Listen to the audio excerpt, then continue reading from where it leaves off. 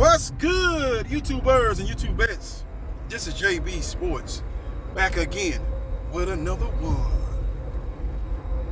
WBO welterweight champion Terrence Bud Crawford versus WBA, WBC, and IBF welterweight champion Errol Spence Jr.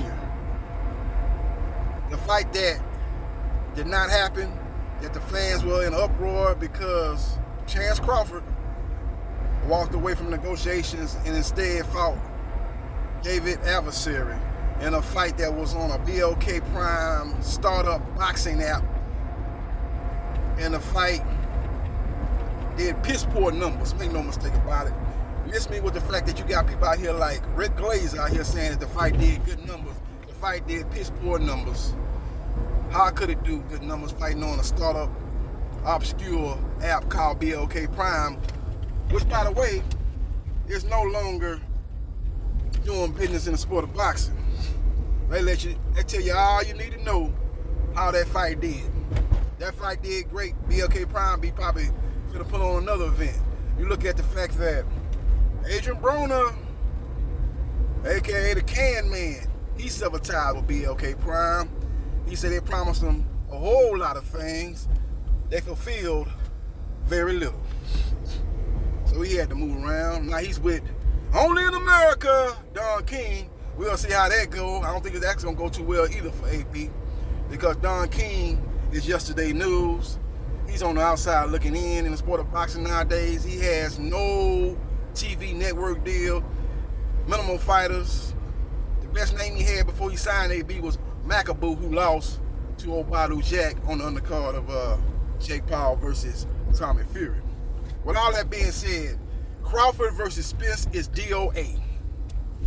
Miss me with all this talk. Oh man, they talking now. They still talking. They back talking again. They talking to each other on the phone. There's still a chance. Errol Spence Jr. still don't have a fight lined up. It's still a chance.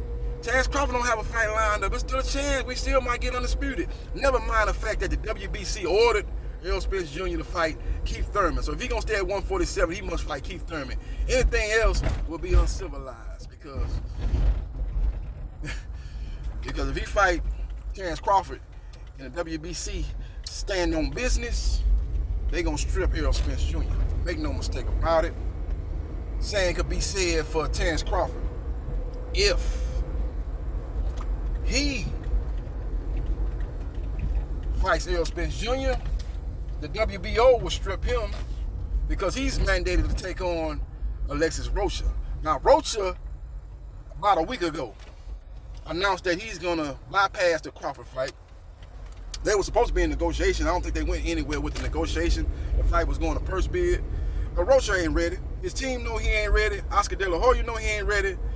Bernard, the executioner, Hopkins know he ain't ready. So he need probably one more fight against a slick fighter. Then he'll be ready to take on. He ain't gonna never be ready to take on Terrence Crawford as far as beating Terrence Crawford, but he'll be more prepared to take on Terrence Crawford. Getting there with the slickster named Anthony Young. If you're able to beat him, then you should go ahead and then pursue the WBO champion, Terrence Crawford. With all that being said, who will Terrence Crawford fight next? It won't be Errol Spence Jr., it won't be Alexis Rocha. Now, my intel is telling me that his next fight, let me put it to you like this. The front runner for Terrence Crawford's next fight, the leader in the clubhouse, the opponent that I'm hearing that will be next for Terrence Crawford, if he stays at 147, which I believe he will be Cody Crowley. Canada-owned Cody Crowley. The Canadian is number 2 in the WBO.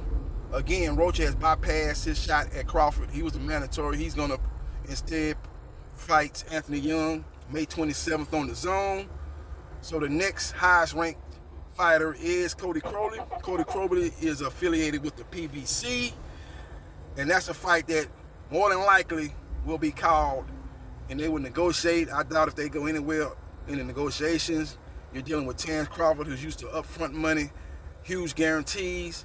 And the PBC already showed that they ain't gonna give you no huge guarantee fighting that top fighter in Errol Spence Jr., they damn sure ain't gonna give you, huge guarantee fighting Cody Crowley. So that fight would go to purse bid.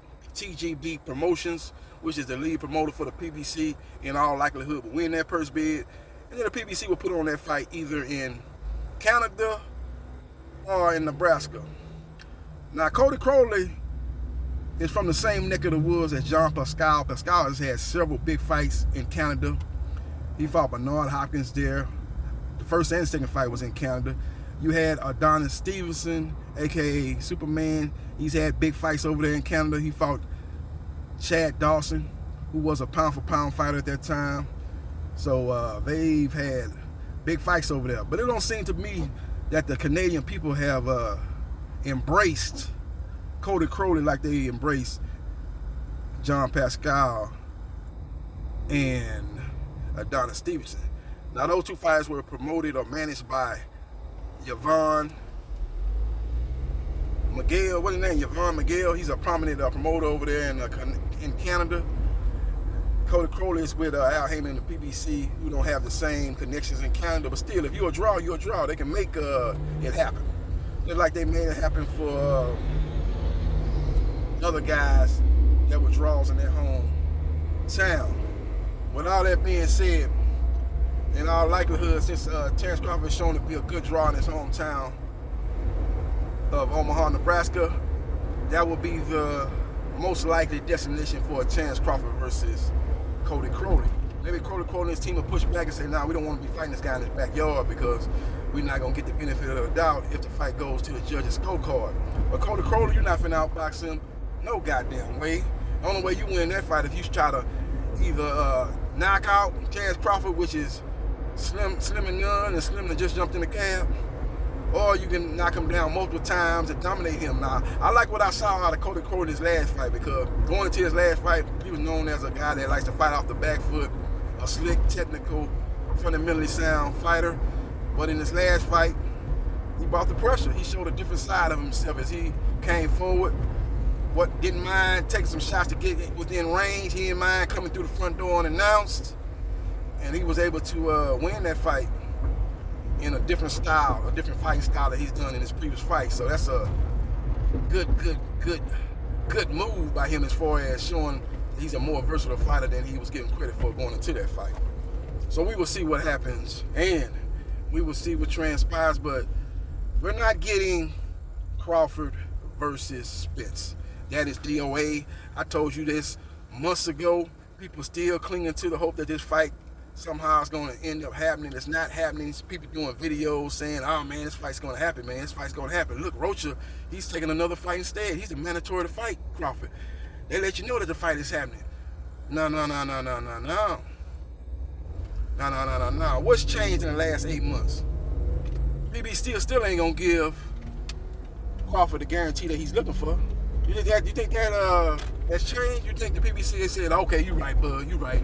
We're going to give you a $10 million guarantee. Ain't going to happen.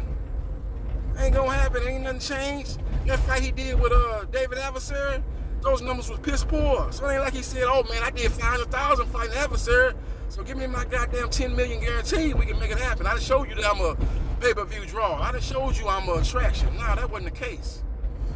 That wasn't nearly the case. So it's nothing changed in the last 8 months. And I don't know why these people run around here thinking that this fight is going to happen, because it's not going to happen. Errol Spence Jr. is going to fight Keith Thurman, more than likely in Dallas. That fight's going to happen, from what I'm hearing, that fight's going to happen in either June or July. And Crawford is going to be obligated by the WBO to take on Cody Crowley. That's the next fight for both of the two top fighters in the welterweight division. So we will see what happens, and we will see what transpires. Let me know your thoughts on Facebook, what you think about Terrence Crawford versus Cody Crowley. Now I think that fight is a good fight as far as compared to his last fight. Cody Crowley is a much better fighter than David Adversary. That's for damn sure. So I give him credit for stepping up in competition, but it was such a low bar from his last opponent, David Adversary. Now, I'm not trying to shit on David Adversary because was not nearly as down on him that a lot of people was going into that fight. He's a decent fighter. He's a C plus level fighter. Nothing more, nothing less. That's what he is. But I would look at Cody Crowley as a step up from David adversary. But again, it's still not the opponent that's going to get the critics and the naysayers off of Terrence Crawford's back, because he's not fighting the top guys. He's not fighting Keith Thurman. He's not fighting your Danis Ugas. He's not fighting Jerome Ennis, let alone he's not fighting Bill Spence Jr. He's fighting Cody Crowley, who has no name ID. Couldn't even sell out a family reunion in Canada, let alone sell out a facility in Canada. So we will see what happens, and we will see what transpires. Follow me on Facebook, Gerard.Briscoe.3551. Like, share, and subscribe to JB Sports, the man, the myth, the legend. And I holla.